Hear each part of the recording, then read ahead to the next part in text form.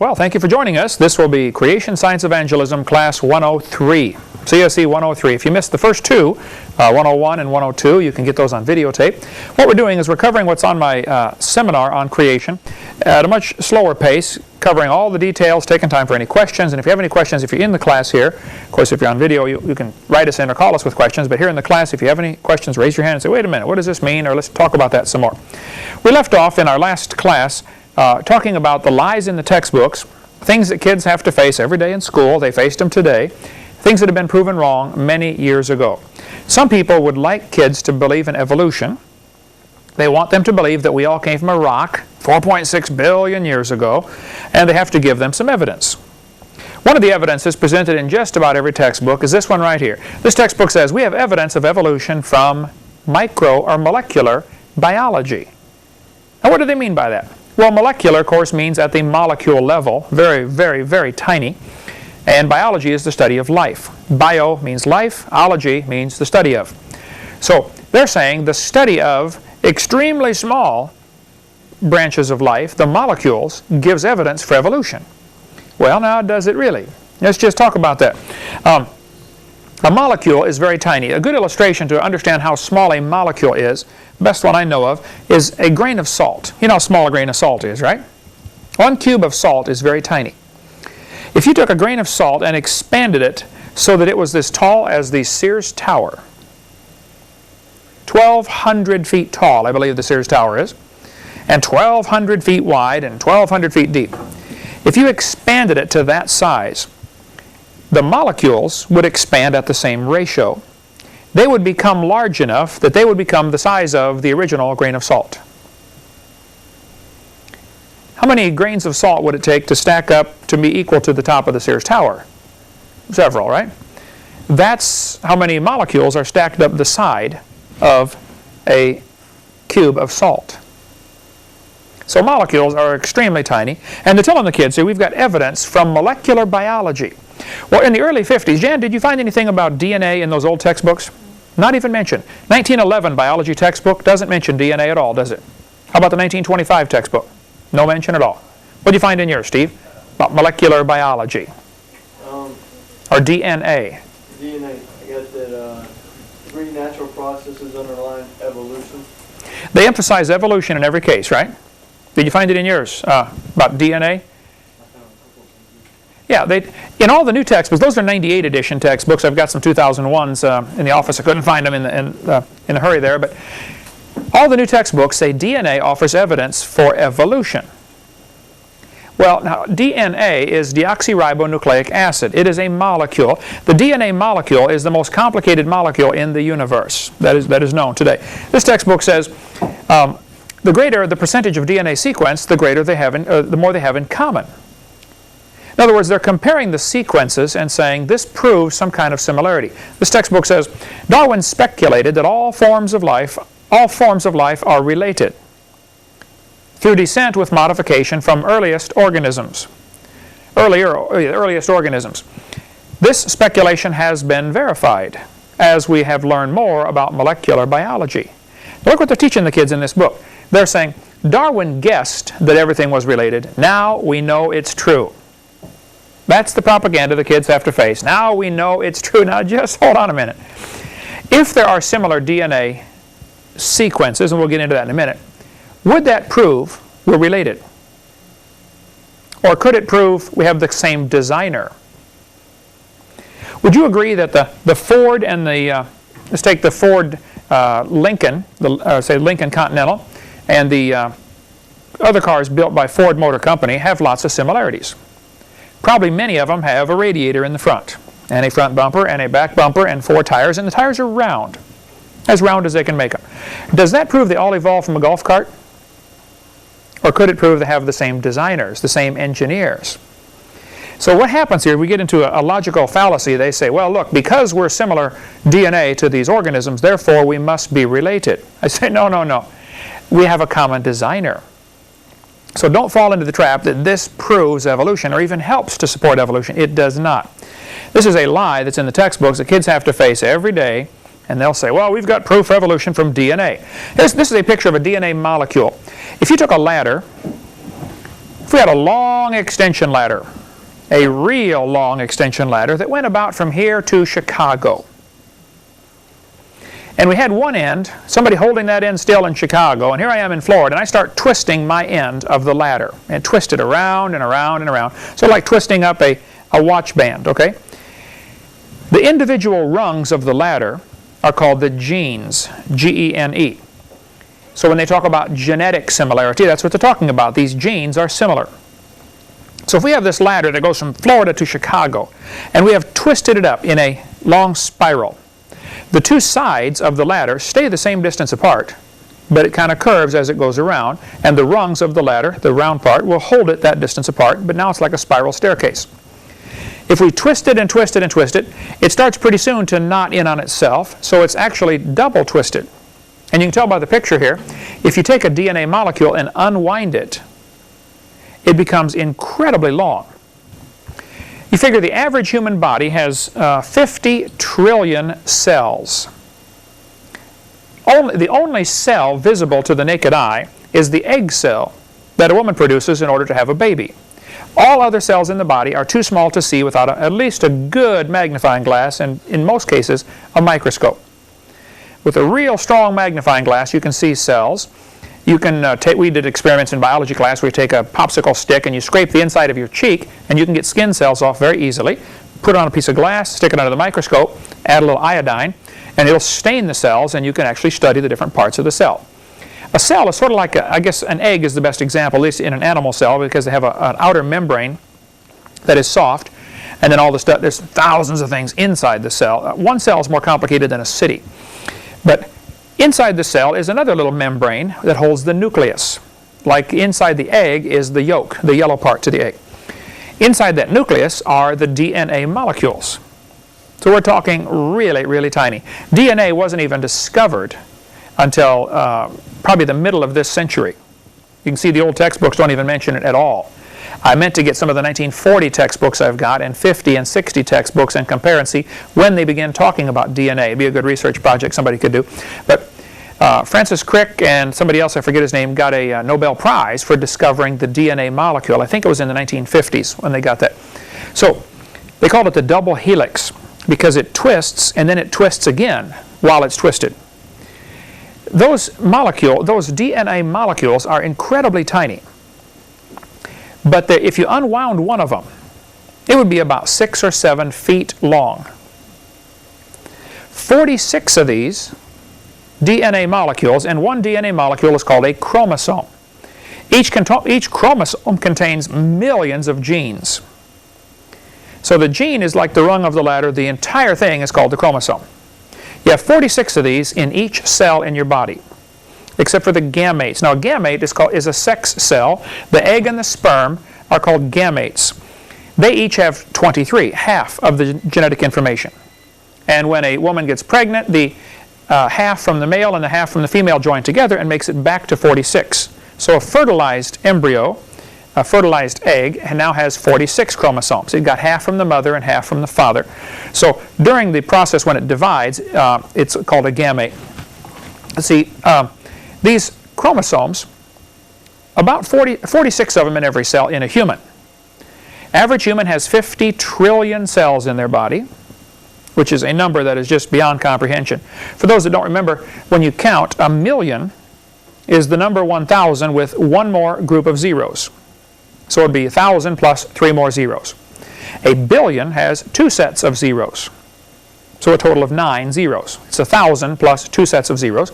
And a trillion has 3 sets of zeros. If you learn to count in Latin, you can count as high as you care to go. Million for mono, billion for bi, like a bicycle has 2 wheels. Trillion for tricycle, like 3 wheels. Quadrillion would be next, like a quad runner or something with 4-wheel drive. Quadratraction for the Jeep. Then quintillion would be 5 sets of zeros plus the original 1,000. And then sextillion, septillion, octillion, novillion, decillion. And who cares, right? Anyway, so a trillion cells is an awfully lot of cells. When you figure the entire population of the planet is nowhere close to this number. There are only about 6 billion people in the world. This is 50,000 billion cells in your body. Each one of those cells contains a little nucleus in the center, and the vast majority have 46 chromosomes. A few have 23, the gametes do. If you took all the DNA out of one person, it would fill about 2 tablespoons. Teaspoons are the small ones, tablespoons are the big ones. It would fill 2 tablespoons with just pure DNA.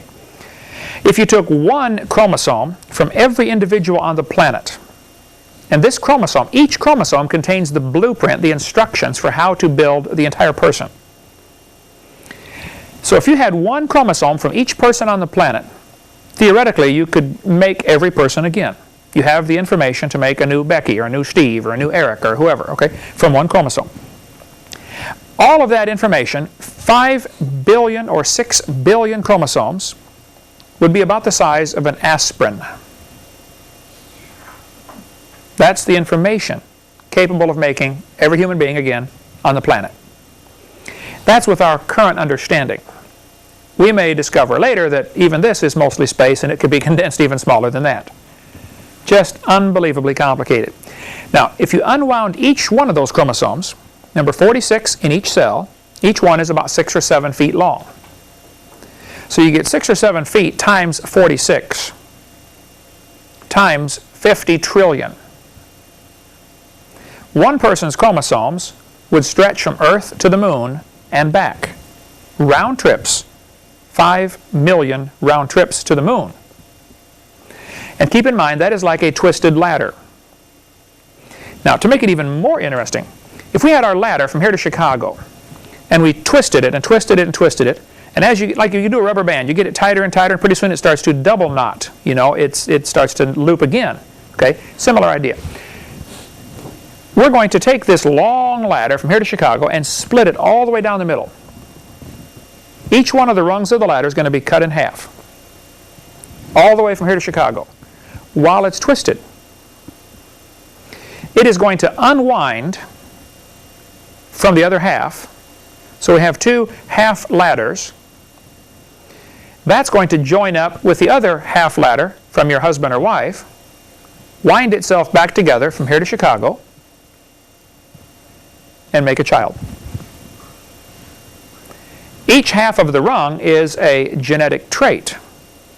Maybe the dad supplies the half of the rung for blonde hair and the wife supplies the half of the rung for brown hair.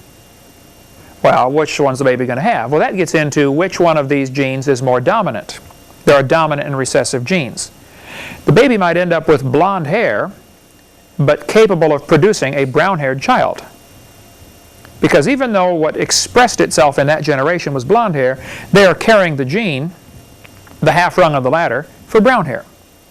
So then the grandkids come out with brown hair, or depending on who they marry. And that's a very interesting study. You get into that in biology class, studying all the, what can happen when you cross different genes together. But the genetic structure is incredibly complicated. They say that the code in the chromosomes is more complex and holds more information than all the computer programs ever written in the history of humanity combined. Incredibly complicated. Bill Gates, founder of Microsoft, he said, DNA is like a software program, but it's much more complex than anything we've been able to design. Now, when they design a software program, how frequently do they encounter a glitch or a problem? Do any of you work with computers at all? You ever seen a computer have a glitch where the program doesn't work? All the time, right? Now, suppose I told you to take your computer program. We're going to load Windows Millennium Edition or Windows 98 or Windows 95, okay? Any one of those programs. I want you to take that program with all that list of instructions and copy it onto a disk. Now I want you to take that copy and copy that onto another disk. Then take that disk and copy it onto another disk. The more times you copy it, the more likely you are to have mistakes come in, problems come in. You ever seen a photocopy of a piece of paper where somebody copied an article and somebody else said, wow, this is good, I'm going to make a copy of this. So they copy the copy. Then this person says, wow, that's really good, I'm going to copy that. So they copy the copy of the copy. After about 8 or 10 copies, you can't hardly read it. You ever gotten something like that? You just say, wow, it's all blurred, everything starts to run together. We are a copy, off of a copy, off of a copy, off a copy, off a copy, off a copy, off a copy, off a copy of Adam. Realize how many times this gene code has been duplicated? And still working pretty good. The original must have been awesome to have this number of generations of copies still working at all, you know. So to say DNA is small and therefore it must be simple is absolutely ridiculous, okay? It is unbelievably complicated. If you typed out the code, now here's what happens. A DNA has 4 base pairs. What they've done is they've taken each of these genes and they get a whole cluster of molecules and call it a base pair, like they give it a letter A. So they will say, well, DNA is very simple. There are only 4 base pairs. Well, hold it. That's like me saying, you know, vehicles on the highway are very simple. There's only 4 basic kinds. You know, there's trucks, there's cars, there's motorcycles, and there's buses. Well, just because I can put them into 4 simple categories doesn't mean each one is simple. Each one of those categories is very complex. You know, how many things are there on a car? Remember, Eric, the first car you had, you know, 13 years old, we rebuilt that old Datsun, or whatever it was, Datsun 510. A car is complicated. How many things would have to be wrong to make a car quit working? Any one of thousands of things. When my dad was in the Marines, he said during World War II, one of their jobs was to go into the islands after they took over from the Japanese, set up radar, the early days of radar. My dad was involved in that. And they had a diesel engine. The engine ran a generator to power, to give them electricity to run the radar station. So they had to be really good mechanics. If anything goes wrong, you got to fix it. As part of their training, they would have somebody come in there after they learned all about the engine, how it runs. They would sabotage it to make it not run, and you had to see how long it took you to figure out the problem. Can you imagine all the neat things you could do to cause an engine to not run, to give somebody a hard time? You take the distributor cap off, take a pencil, whoosh, draw a few lines around there, put it back on. Graphite conducts electricity. So as soon as it tries to spark to one spark plug, the spark goes to all spark plugs. It follows the graphite around the inside. Very simple. Car won't run. He said the hardest one for him to find was when the sergeant came in there and he took the spark plug wires, which are going out. He took a needle, poked it through 2 wires, clipped the needle off, roughed up the rubber so you couldn't tell it was there, but the spark was being conducted from those 2 each time. It's supposed to go to this spark plug, it went to both of them. Engine wouldn't run. He said that was the hardest one to find. Just a simple thing to sabotage it. When you think how the more complex something becomes, the easier it is for something to break down. Look at our space shuttle. You know, we had one blow up. One little O-ring. Out of X number zillion parts on that thing, 1 part went wrong. I was driving on the highway one time in driver's ed. Here I am, teacher sitting beside me, 2 students in the back seat. The car in front of me, in the other lane on the interstate highway, the front wheel began to wobble back and forth wildly. Pretty soon the hubcap flew off and sailed right over our car, just like a frisbee, or like a flying saucer. I speeded up to get past him, because I knew something was wrong. What had happened, the tie rod that ties the 2 front wheels together had broken. And so his steering wheel was controlling one wheel, the other one's flopping back and forth. Well, which way's the car going to go? I don't know, he didn't know either, and I didn't want to be there to find out. So I just took off and got past him to avoid, but just one little part, a little tie rod broke. In radar, Steve, how many things can go wrong to make your radar station quit working? Anything. Anything, right?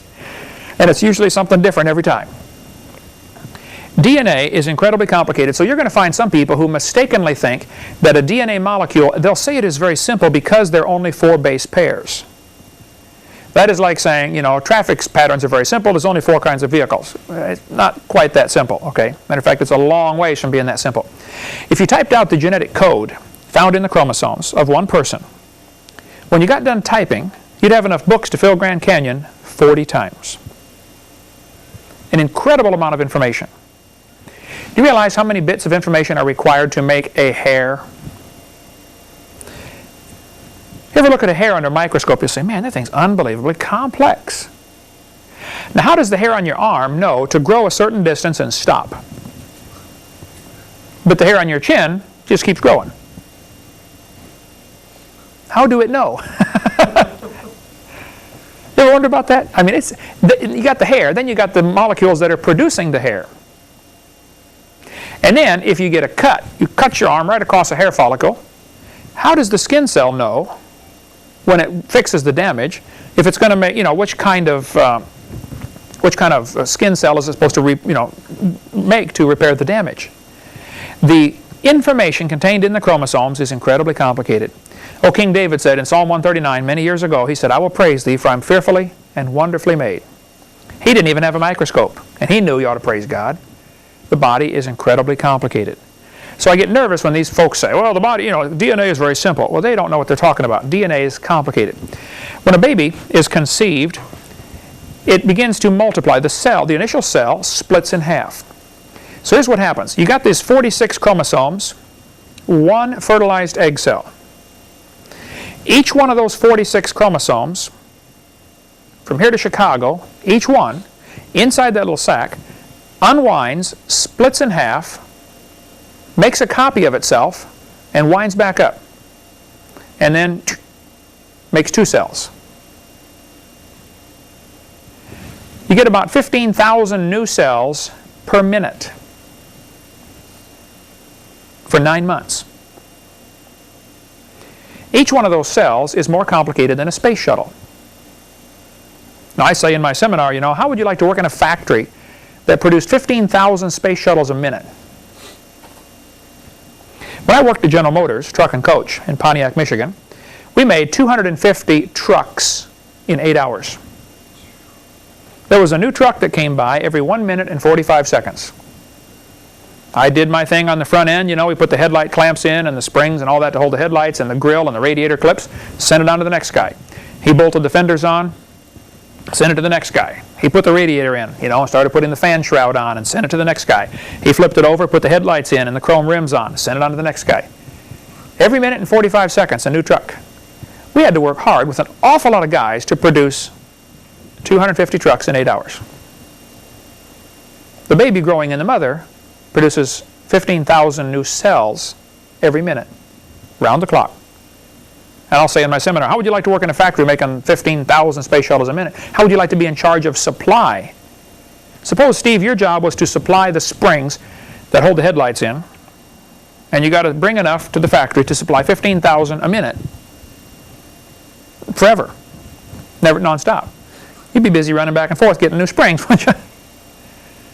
A lot of women say, yeah, I did that for 9 months. Man, it's hard. Sometimes the baby wants pickles in the middle of the night, and you got to go get up and go get them, So you just never know. I really worry about folks, though, I think Satan has blinded people into thinking, because it's smaller, therefore it's simpler, and that just simply is not logical. The DNA is the most complex molecule we know of. They say the probability of one DNA happening by chance is 1 times 10 to the 119,000th power. Now, if you don't know the way powers work, 10 to the second power means 10 times itself 2 times. That's 100. 10 to the third power is 10 times itself times itself, 10 times itself times itself. That would be 1,000. It would have 3 zeros, 10 to the third power. 10 to the 119,000th power is 10 with 119,000 zeros behind it. Those big numbers get lost easily in the human brain, so a good analogy to help folks understand how big this is. If you measured the size of the entire universe, as far as we can see, estimates are the universe currently that we can observe with our current telescopes is probably 15 to 20 billion light years across. At the speed of light, which is pretty fast, take 15 or 20 billion years to get across the galaxy, the universe that we see. Change that to inches. That is 10 to the 28 inches. The current observable universe is 10 to the 28th power inches in diameter. That's a huge number. 10 to the 29th would be 10 times bigger than that. 10 to the 30th is 10 times bigger than that. 10 to the 119,000th is real big. So that's the odds that these people are gambling on that a DNA could happen by chance.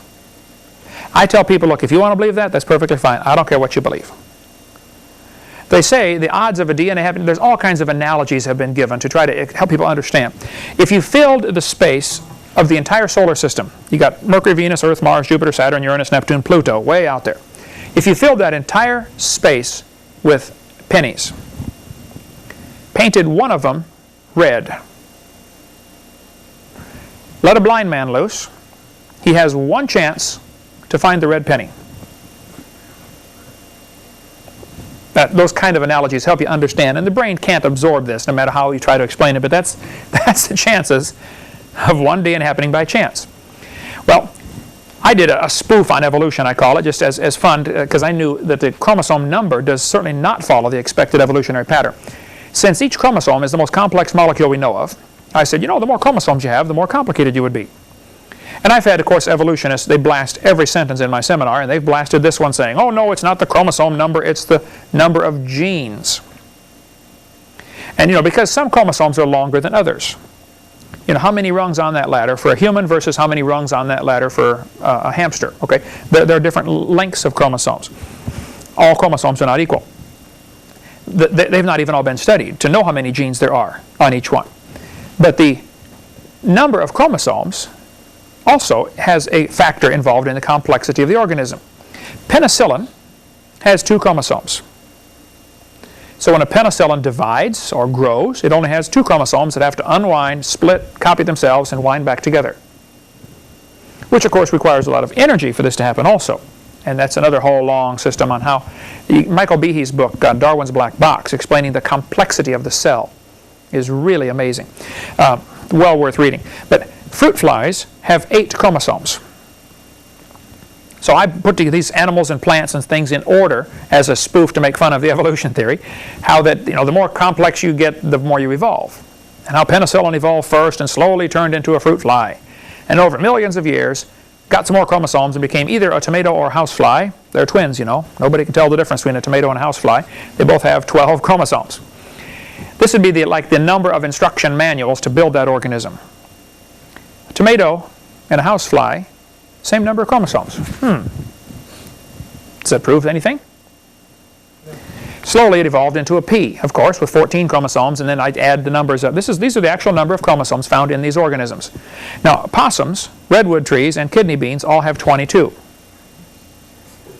Proving, of course, you know, they're twins, identical triplets this time, you know, closely related. Most people can't tell the difference between a possum, a redwood tree, and a kidney bean. Average scientists can't, that's for sure, because they're, you know, obviously identical. And then slowly, over millions of years, we evolved enough chromosomes and finally became a human. Humans have 46. What happens if a human gets extra chromosomes? Anybody know what that's called? Sometimes kids are born with 48 chromosomes. Really? Down's syndrome. Ungaloid. Extra pair of chromosomes. Is it advantageous? No. It's a disadvantage. 46 chromosomes. Now, if we can just get 2 more chromosomes, we should be a tobacco plant. They have 48. They're way ahead of us evolving. And you can see, obviously, tobacco and chimpanzees are twins, you know, identical. Dogs and chickens are also. They both have 78 chromosomes. Now, why would a chicken have more chromosomes than a human? And then, of course, slowly over millions of years, we got enough chromosomes to become a carp. More than twice as complex as humans. A simple carp. And a fern has 480 chromosomes. And some evolutionists will argue, yeah, but the number of genes is different on these things. Okay, but they're missing the entire point. Probably intentionally, they're missing the point. But this textbook, and like most textbooks you have there in front of you, will try to show the kids that DNA similarities proves some kind of relationship. Here's what they've done. You take the chromosome of a human, let's say, and there's only 4 types of base pairs. I think they label them A, D, I used to know the names of them, I'm going blank right now. But they give them a letter. Let's call it A, B, C, D. That's not the right letters, but it's close to that. They will take the sequence. They'll say, look, a human's, the sequence, like the code, is, you know, A, B, C, D, D, A, B, A, C. And they put this long sequence of letters, okay? Then they line up the sequence of letters for a chimpanzee. And they find how many places do they match. Look at that. In the 7th column, they both got an A. Wow. And in the 10th column, they both have a B. Wow, that proves we're related. I don't know how this logic got into there, but that's what they think. So they've compared these long sequence of letters. I guess they have nothing else to do with their grant money. And they compare these long sequence of letters and say, humans and chimpanzees are 98.2% similar. So when they say the DNA is similar, they're saying the sequence of these base pairs matched 98% of the time. Well, Jan, you've taught English for years. I'm sure you could think up all kinds of sentences that are 98% similar. Only a few letters are different. but the sentence means something very different. You only got to change a letter here and there to totally change a word. Nick, trying to learn English, you know how many words there are? There's only one letter different, and it's a totally different word. Very difficult. And Russian probably has the same thing, right? With different letters, different words. Look almost the same. One letter's different, means something totally different. What we ought to go through, somebody maybe could do that, is make a sentence or a paragraph that is 98% similar, but have a totally different meaning. It would be a neat spoof to do. I'd like to have one to use in my seminar here. Does that prove they're related? Absolutely nothing. This has nothing to do with relationship. The fact that all forms of life, or all these chromosomes, have the same 4 base pairs is like saying, and they'll say, see, that proves evolutionary relationship. I would say, now wait a minute, you can come to my library, and you'll notice all the books in there, written in English, have only 26 basic letters. Same 26 letters used over and over and over and over again. Aren't they? Does that prove they're related somehow? No. That proves that's the code you write words from. And the code you write chromosomes from is this base pair code, which proves the designer thought, I'm going to make them similar so that the brown cow can eat the green grass and digest it. If each organism had its own separate code, like when I try to see the Russian words or the German or the French or the Italian as I travel around, a lot of, like Chinese, Jan, you over in China, they have a different code. They don't use any of our letters. You not only have to learn the language, you have to learn the letters. That's where it's a little easier to learn French or Spanish. At least they've got the same letters we do in most cases, a few different. Russians, of course, make their R backwards from us, and whatever that means. But the code has some similarities, but it also has some differences between these languages. The code for life is pretty much the same. And some have argued that's evidence of evolution. No, no, no. That's evidence that the designer made it where we can, eat and digest these things. If they all had different codes, it wouldn't work. Eric, if I gave you a Russian newspaper and said I want you to cut out the letters and reassemble them and make an English sentence, you probably could do that. If I said I want you to cut out the letters and make a whole book, well, you probably eventually are going to come across some letters that Russians don't have, that you need in English, but they don't have one available. Same thing if you're translating from Russian to English, okay? There may be some letters, I don't know which ones, that they don't exist. Do you have an X in Russian? You have an X? Do you have the R facing the right way, or just the backwards R? Just the backwards one, not the regular one. So you'd be hard-pressed then to make a lot of words. How many words have an R that you now cannot make? It would greatly limit your ability to write that book. Certain words you just can't use. Aren't any available. So if there weren't similarities of these base pairs and of the amino acids and in the chromosomes and the DNA structure and in the molecules and in the proteins, we couldn't digest anything else except other humans. That'd be very unhandy after a couple of generations. So they'll say, orangutans are 96% similar. And the textbook shows the kids a graph here and says, see, this tells how many millions of years ago we evolved from a common ancestor. Well, that is just silly, okay? It doesn't prove we evolved from a common ancestor 15 million years ago from a monkey group. It could prove we have a common designer and the same guy wrote these codes. Certain authors, when they write, they'll use certain words over and over again. And sometimes they have certain styles of writing, these different authors do. But judging by that, same DNA code would prove the same engineer wrote the codes, not evolution. So why the textbooks always teach the kids this is evidence for evolution is beyond my comprehension. Either they're not capable of thinking, maybe this proves a common designer, or they're running from that designer, like Romans chapter 1 tells us. They do not want to retain God in their knowledge. And so they only see it one way. All right, we'll talk about thinking critically after a little break here. Okay, let's continue now. I want you to see what this textbook says. This is common propaganda, for lack of a better word, in a high school textbook, talking about how they're going to teach the kids to think critically. But look at the way they phrase the sentence. Question number 24. Inferring conclusions. Boys and girls, we're going to learn how to infer conclusions here. How might the structure of plant cells be different if eubacteria had not evolved? Well, doesn't that question assume they evolved? You see how the propaganda is built right into the question. Suppose you got a Christian student in this class who does not believe in evolution. He believes God made everything. How is he supposed to answer a question like that?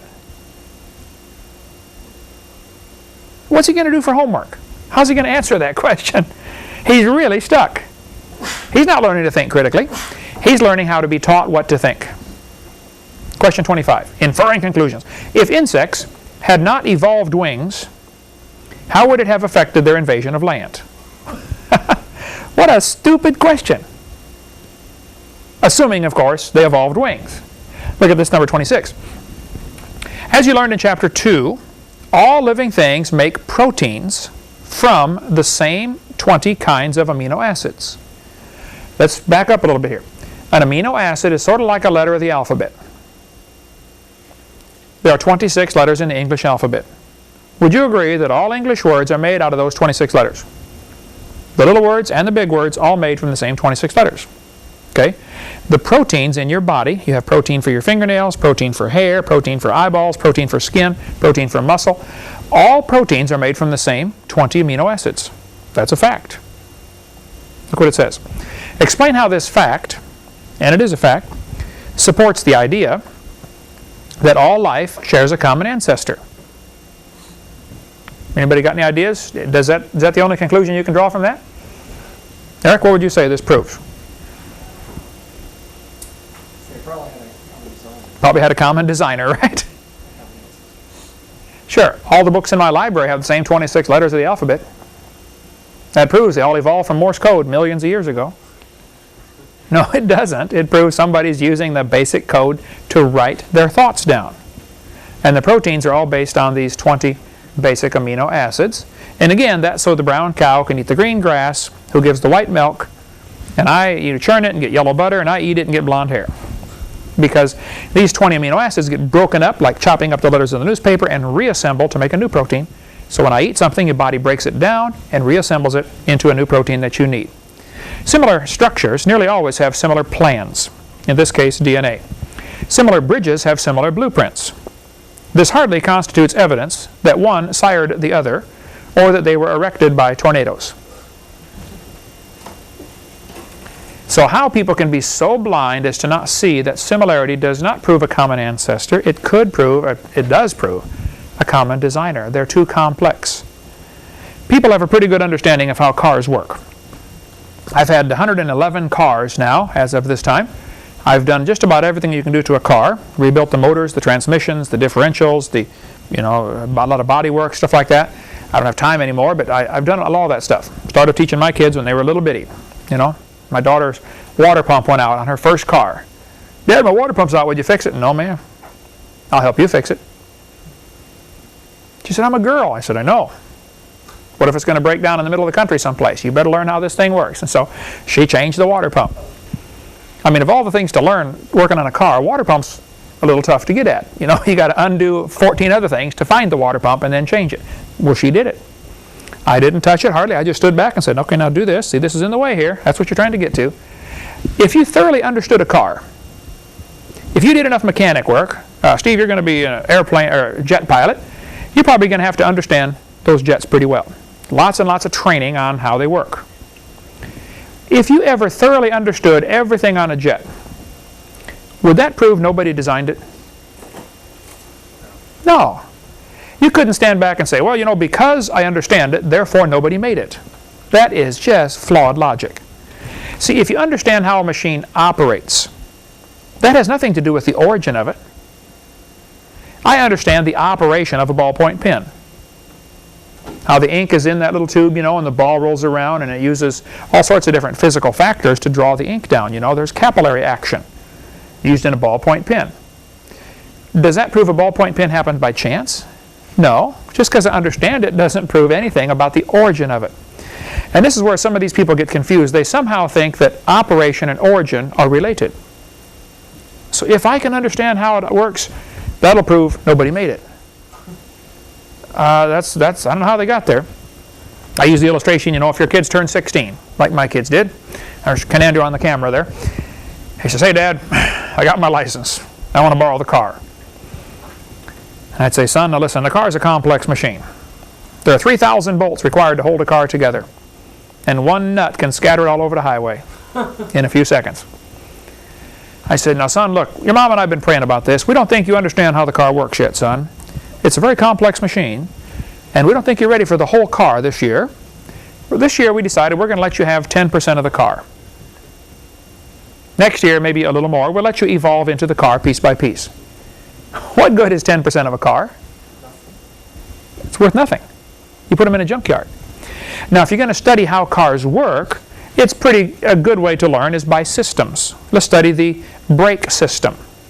You push the pedal, it squeezes the master cylinder fluid, goes down the tubes to the wheel cylinders, expands the calipers or whatever. Okay, you study the system. Then you study the electrical system or the fuel system or the whatever. Okay, and you're probably going to learn jets that way. Here's this system. Here's this system. And then how these systems integrate. You can study the human body that way. It's a great way to learn biology. Let's study the circulation system. Study the integumentary system, the skin. Okay, study the nervous system. And then how do these systems relate to each other? But understanding the systems has nothing to do with the origin of it. And again, one thing missing from one of these systems may stop the whole thing from working. How many people have a very complex nervous system? They have a brain, spinal cord, nerves going to every cell in the body, but there's a broken place right at the base of the neck because they had a little car accident, severed the nerve, now they're sitting in a wheelchair. Nervous system's still there. One thing's broken. Stops the rest of it from working. Same thing true with any system. The more complex they get, the more likely they are to break down. The more easy they are to have something go wrong. DNA sequences. This fellow from the annual review of ecology and systems says, even with DNA sequence, we have no direct access to the process of evolution. So objective reconstruction of the vanished past can be achieved only by creative imagination. You have to imagine some kind of relationship based upon the sequence. People have argued about what I'm about to say here, but about 1% of the human DNA has been determined. Others have said, no, the Human Genome Project, we've decoded the entire thing. Well, that's very deceitful to say that. Okay?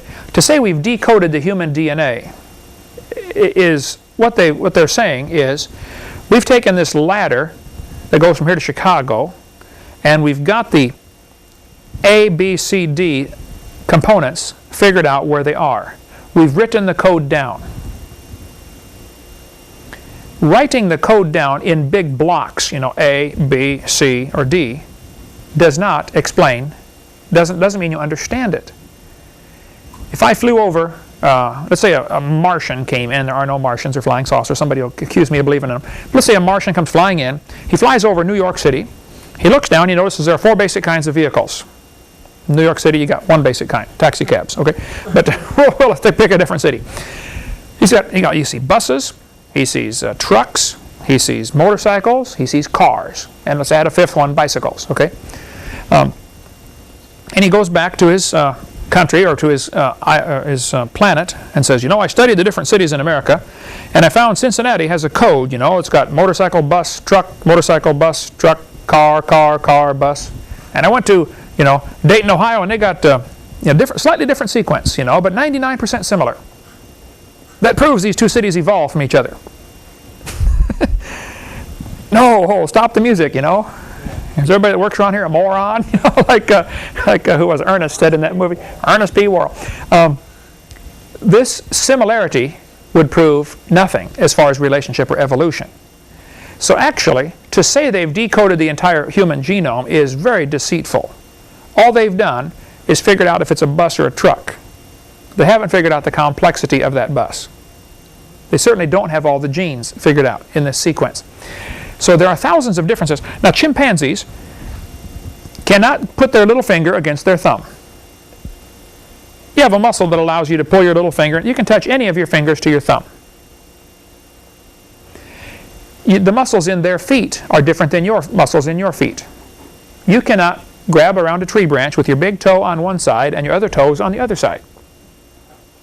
You can try it if you want, but I would recommend you pick a low branch to practice on, because you're not going to hang there very long, right?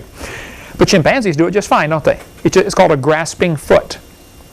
Now that's great when you're climbing around through trees. It's not very good for running on the ground. Watch a chimpanzee's feet when it walks on the ground. They have to curl their toes under. They cannot walk flat-footed. They call them a knuckle walker. They walk on their knuckles. And it's very uncomfortable for them to walk on 2 feet for great distance. They can do it, but they kind of walk bow-legged, and their toes are curled under. Humans and chimpanzees have millions of differences. The bones, the muscles, the ratio of the length of the bones. Their arms, of course, are much longer compared to their body than humans are. If you're looking for similarities, you can find them. Both have 2 eyes, same hair color in some cases. Sometimes, some humans and chimpanzees both chew with their mouth open. That doesn't prove they're related to each other. The same designer created these things. And how they got to that stage of saying, we're similar, therefore we're related, I don't understand. No, we're similar, therefore the same God designed us all. It's not that complex. Some people, though, say similarities proves relationships. So I did another spoof on this. I'll say, well, if you think similarity proves relationships, let's study the similarity of various objects in the world based upon their water content. Clouds are 100% water. One atheist said, no, they're not. There's air molecules in between. Okay, you're missing the point, all right? I understand clouds have air in the middle of the water. But it's basically water in a cloud. Watermelons are 97% water. Only 3% difference. And jellyfish are 98% water. So here we have the missing link. And snow cones are also 98% water. So this proves that, watermelons slowly evolved into either snow cones or jellyfish. I'm not sure which one. They're twins, and then slowly evolved to a cloud, or vice versa. Arranging something in order does not prove any kind of similarity.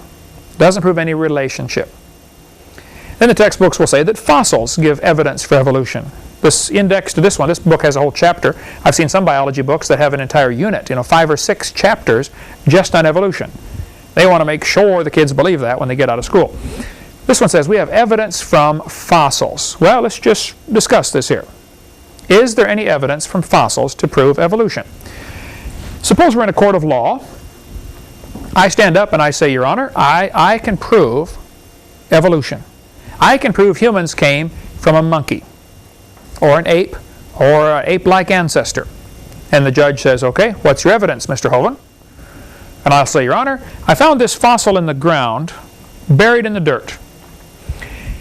And it has characteristics that are some human and some ape. The judge would say, or the opposing attorney would say, Mr. Hovind, if you find a fossil in the ground, all you know is it died. You don't even know where it died. You know where it ended up getting buried, and that's all you know. You sure don't know that it had any kids. If you went to the cemetery and dug up bones of a person, you would not be able to prove it had any children that lived. And you sure couldn't prove it had any different children. Darwin said, though, in his book, if my theory be true, that's an awfully big if, okay? He said numberless intermediate varieties must have existed. Well, you're right. If you're going to change from a rock to a human, how many steps in between would you have to have? Each of them has to be able to live and move around and grow and reproduce and survive in its environment. So if it can already live and survive in its environment, why is it going to change? They'll say, well, the environment changes, so it has to change. Okay, so you not only have to change the organism billions of times, you have to change the environment billions of times to make the organism want to change for some reason or be able to survive. Okay, David Ropp, who teaches or works at the American Museum of Natural History in New York City. He's one of the guys at the museum, and he's a strong believer in evolution. He said, in the years after Darwin, his advocates, the people that promote him, hoped to find predictable progressions. By that, sequencing from apes to humans.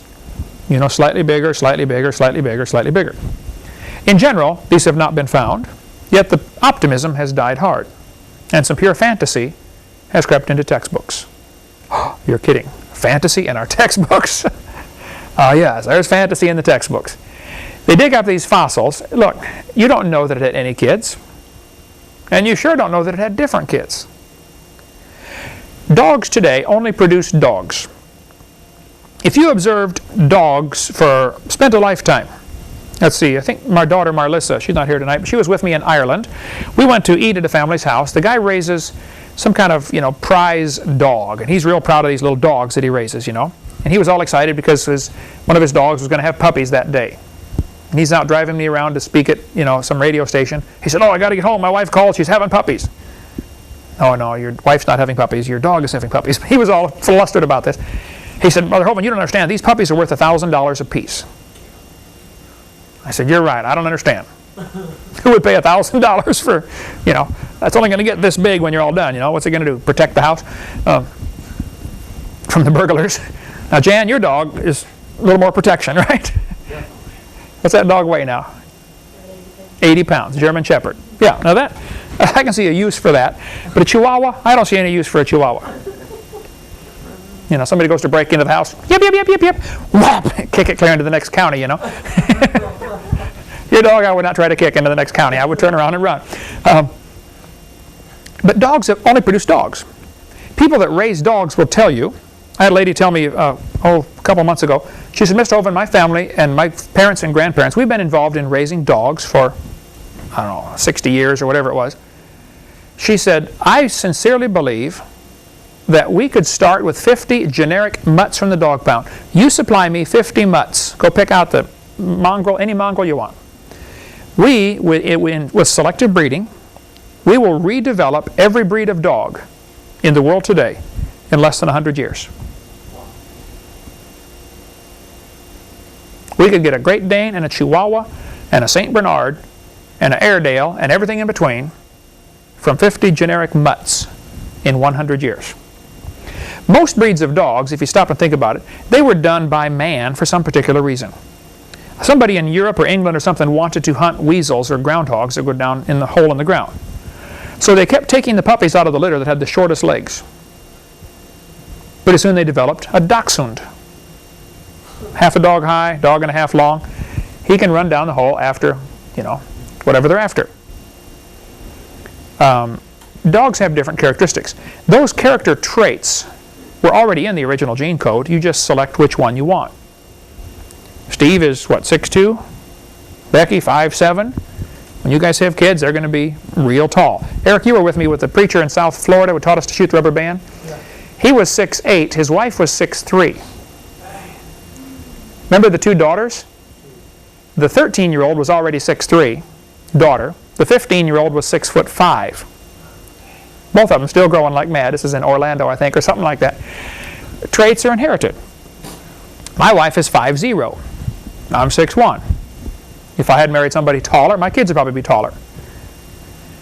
Sorry about that, boys. She's the one I picked, and you get to pick yours too. It was your problem how tall you came out. You can live with that. My brothers are 6'3", and they both married taller women, and their kids are much taller. But they're still human. Dogs produce dogs. That's all you're ever going to get. So why would anybody think that after observing dogs producing dogs for several thousand years of human history, what would make anybody conclude that sometime long ago and far away, dogs came from something that was non-dog? What justification would you have for that conclusion? There's no observable evidence for it. There are genetic barriers to keep it from happening. Dogs have 78 chromosomes. Adding or losing chromosomes is normally fatal or certainly harmful, like with humans. So doubling the chromosome number, we'll get into that later, polyploidy, doesn't add any new information. Okay, you get those giant strawberries you buy at the store, it's polyploidy. They've doubled the chromosome number. Now they taste horrible, generally. They don't taste near as good as the regular little tiny strawberries. But they say, wow, look at this giant strawberry. This is proof for evolution. Today. No, you've simply doubled the chromosome number. You haven't added any new information at all. Luther Sunderland was studying evolution and wanted to find out where the evidence is. So he visited major museums around the world or wrote to major professors who believe in evolution and asked them, what evidence do you have? They would write back or when he talked to them face to face, they would say, well, we don't have any evidence, but somebody else has it. They all think somebody else has the evidence. When he contacted Colin Patterson is the one of the curators, the directors of the British Museum of Natural History. I believe it's in London or near there. They have the largest fossil collection in the world. Nobody has more fossils than the British Museum of Natural History. Display rooms and case after case after case of fossils on display that they've mounted and put up for display. Colin Patterson, the director of this museum, wrote a book about evolution. Wrote how he believes in evolution, how this animal changed to this animal. Well, Luther Sunderland read the book and noticed he told us about evolution, but he never showed us any examples. He never showed us the fossil of the missing link. And there'd have to be zillions of these. He said, Mr. Patterson, where are the missing links? I read your book. Why didn't you show us a picture of one? Colin Patterson wrote back a very interesting confession, and he has since been chided for it many times, I'm sure. Patterson wrote back and said, I fully agree with your comments on the lack of evolutionary transitions in my book. If I knew of any. You got the biggest fossil collection in the world and you don't know of any missing links? He said, if I knew of any, fossil or living. Now that's an interesting confession. If it's living, how can it be a missing link? Even if it's alive, I would have put it in my book. That's deceitful, okay? He said, if I knew of any fossil or living, I would certainly have included them. I will lay it on the line. There is not one such fossil. And he goes on to say, for which one can make an airtight or watertight case. If evolution had to be proven in a court of law, it would fail in the first round. Wouldn't make it to the appellate court or the circuit court or Supreme Court. It would fail in the local court. A freshman law student out of Podunk College could say, Your Honor, he doesn't have any evidence for evolution. It would be so easy to defeat this if evolution had to be proven in a court of law. But it doesn't have to be proven in a court of law. Evolution has to only sound convincing to the students going through high school. And that's where the problem comes in, my opinion. Folks, there aren't any missing links. The whole chain is missing. Guys like Stephen Gould, the communist professor at Harvard University, says the absence of fossil evidence for intermediary stages has been a persistent and nagging problem for evolution. I sent a set of my videotapes to Stephen Gould. When I went to Harvard, 8 years ago, I guess, I went up there to preach in the area, 6, 7, 8 years ago. I went to visit Harvard after I went to go see Stephen Gould. He wasn't there that day. But I went and met his secretary, very nice lady. My tapes were sitting on his shelf in his office. I was so proud of myself. Wow, hope he's watched them. Okay, Steve, watch them, okay? I want to get you converted. You'll make a great Christian when we get you saved. All right, let's give an analogy to understand, and all analogies break down at some point, okay? But to help people understand a little bit, let's make an English sentence here. The quick brown fox jumps over the lazy dog. Do you use that sentence in your English class, Jan? Not yet. Not yet. You teach English as a second language. This sentence contains every letter of the alphabet. All 26 letters are found in that one sentence. And now you're going to not listen to a thing I say. You're going to sit there and study the sentence. So it does, trust me, okay? The quick brown fox jumps over the lazy dog. I could analyze these. Suppose this was Chinese or, Arabic, and I didn't understand anything. To me, it's just a bunch of chalk on a chalkboard, okay? Which is what Arabic looks like to me, a bunch of circles, I don't understand. But they read it, oh yeah, it says right here, or Hebrew, How confusing can you get? Or Russian. But suppose I was going to analyze this, just as an outsider who knows nothing about English. I would say, some of these letters are rounded.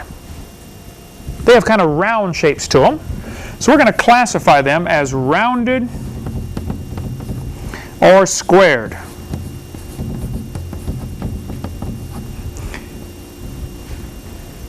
Could I classify letters of the English alphabet as rounded or squared and group them? The Q would be a rounded one, the O is rounded, the U is rounded. Now the U actually is more complex. It has part rounded, part squared. So then we're going to have combination. Now the combination letters, the U is a confusing one because the squared part is at the top. The rounded part is at the bottom. Others have the rounded part at the bottom and the squared part at the top, like the P. This has the round part at the top and the square part at the bottom. So we'll have combination 1 and combination 2. I have basically 4 different types of letters in the English alphabet. That's kind of what they've done with the DNA sequencing. I could say, well, look at this sequence. We have, for this sentence, the quick brown fox. We have square, square, square, round, combination 1, square, round. So I could go through and give these a code. S, S, S, R, C1, S, R, C2. Does that mean anything? Who cares, okay? That's what they've done with the protein. The DNA sequence, they have said, oh, this is an A, B, C, D. I should look up the 4 letters, the different components of the DNA. Somebody will blast me for this, I'm sure, but I taught this years ago, and I just forgot at the moment. Who cares? Okay? And I could compare this sentence to another sentence and probably find another sentence with a very similar sequence of letters. So, doesn't mean a thing. And the fact that there are some similarities of the proteins and similarities of sequences, it doesn't mean a thing. It has nothing to do with evolution. I've done 55 debates at this time against evolutionists. Okay, I'm willing to do any more, anytime. I did one in Ohio University, Athens, Ohio, 4 months ago, I guess. There was 2 professors against me, 2-on-1. I just read on the internet last week, one of the professors wrote about his experience debating a creationist, you know. What was it like? Did you read that, Eric? Yeah, we watched the videotape. Didn't turn out very well. The audio was lousy. I wish we could use that because it was really a good debate. But he was whining on the internet on his website about how that it's unfair to debate creationists because they're professional debaters. I've never had a debate class in my life. Okay, all I know is I'm right, he's wrong. Very easy to win a debate when you're confident like that. So I emailed him back 3 days ago. I haven't checked my email today yet to find out if I got an answer.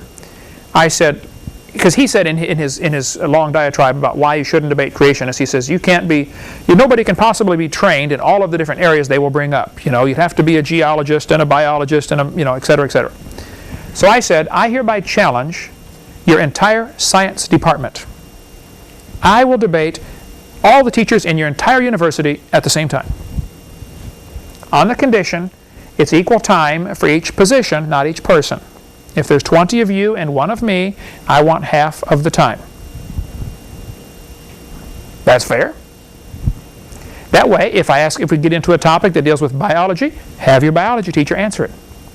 When I debated Pigliucci at University of Tennessee, Knoxville, he is a botany associate professor. His PhD is in botany, the study of plants. I said, Mr. Pigliucci, what is your best evidence for evolution? What's the best evidence you know of? He said, the fossil record. Now hold it. You're teaching botany. Why do you think the best evidence is over in some other department, paleontology? I said, the fossil record of what? He said, the fossil record for the evolution of whales is the best evidence we have. Now think about it. Here's a PhD in botany thinking the evidence for evolution is over in anthropology department. But if you go to the anthropologists and say, where's the evidence for evolution? They'll say, oh, they've got it in the biology department. Ask the biologist, where's the evidence? Oh, the anthropologists have it. Or the geologists have it. Everybody thinks somebody else has the evidence. It's a shell game. You ever see those things at the carnival where they get 3 shells and they tell you to put a pea under there, and the guy tries to get you confused, switching them around? Evolution is a shell game. Each person thinks the pea is under a different one. There is no pea under any of them. Nobody has the evidence. Nobody has ever found any evidence for evolution. That's why about 10 years ago in our ministry we said, look, started off, I guess 12 years ago, I wrote a letter to the editor in the local paper here, and I said, I will pay $1,000 for any evidence for evolution. A lawyer friend of mine, a couple of months later, said, hey, Mr. Hovind, let's make it $10,000. I'll back you up. I said, 10,000? He said, yeah, it's nothing for me. I got plenty. I said, okay. So we made the offer 10,000. Then a friend of mine from Oregon called me and said, hey, Brother Hovind, let's make it $250,000. I'll back you up. I'll keep the money in a special account. $250,000. I can't imagine having $250,000 just to sit around in an account someplace. He said, I'll back you up. So we put all kinds of publishing out there. We'll put $250,000 for Evidence Revolution. He called me about a year later and said, hey, let's make it $1 million. I said, let's keep it at $250,000. Okay, I've got so much stuff printed that says $250,000. I don't want to go back and reprint everything. You could offer any amount of evidence, any amount of money for there is no evidence. Nobody's ever seen a dog produce a non-dog, let alone a dog come from a banana. But if you can ever get the evolutionists to see clearly what it is they believe, and I've never had one admit this, but they do believe dogs and bananas have a common ancestor, and the ancestor was a rock. If you boil it down, that's what you get to. They don't see it. I think what's happened here, we have a Romans chapter 1 situation. They don't want to retain God in their knowledge. So God gave them up to vain imaginations. The Bible says God will send them strong delusion. You have to be deluded to think we came from a rock. Now, if you want to believe that, that's fine, but that's not logical, it's not scientific, and that's certainly not going to help you when you stand before God one day. Some people are going to get before God and say, well, I studied the evidence and I believed in evolution. You had to want to believe that. A logical thinking person won't come to that conclusion from studying the evidence. When you look at a complex thing like a watch, I would come to the conclusion, somebody made this. I don't know who he is. Doesn't matter. I don't know where he lives. I'll probably never meet him. I don't have to meet him. I believe he exists. Or at least did exist. I've seen what he did. The painting is proof of the painter. The object is proof of the designer. That's all you need. I could probably analyze a few things about, I could tell you a few things about the guy that made this watch. Even though I don't know, never met him, probably never will. Probably speaks Japanese, lives in Japan apparently. I would say he's a logical thinker. He's got the numbers in order. 1, 2, 3, 4, 5, 6, 7, 8, 9, 0. He must think logically. I could probably deduce a few character traits. He must be patient. Be able to put them little bitty things on there. Must be precise. Must be very smart. He must have a good knowledge of electronics. He must have a good knowledge of different materials. He knows certain plastics can be used certain places, but they couldn't be used other places. You wouldn't want to use plastic in the watch band. How long would that last? You can use it for the buttons. He has a knowledge of quite a few things. A knowledge of materials. Never met the guy, but I can already tell you a few things about him. I've never met God, but I can tell you a few things about him. He's real smart. He's patient. He's loving. Just by seeing the creation, I can determine some things about the Creator. And that's the way it ought to be. All right, next week we will continue with more on, we're going to try to finish up what's on my videotape number 4 of my series, and then get into what's on videotape number 5, which is the New World Order. We'll cover that hopefully by week 3 or 4 we'll get that far. Thank you so much. See you next week.